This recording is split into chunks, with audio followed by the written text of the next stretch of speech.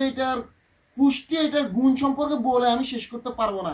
আমি এখানে দিয়ে দিচ্ছি, দেখেন এটা হচ্ছে কাতিলা গাম। এই কাতিলা গামের উপকারিতা কি আপনারা জাস্ট গুগলে একটু দেখেন। এই শরবতের সাথে আমি দিয়ে দিচ্ছি কাতিলা গাম। আর হচ্ছে এখানে হচ্ছে দেখেন এটা হচ্ছে কালো জিরা, যেটা হচ্ছে মৃত্যু ব্যতীত সকল রোগের ঔষধ। এই কালো জিরা, এই কালো জিরাও দিয়ে দিতেছি।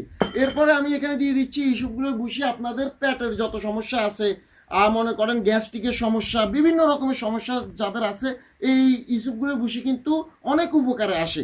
তারপর আমি এখানে দিয়ে দিচ্ছি তোকমাই দানা। এরপরে দিয়ে দিচ্ছি চিয়া সিড।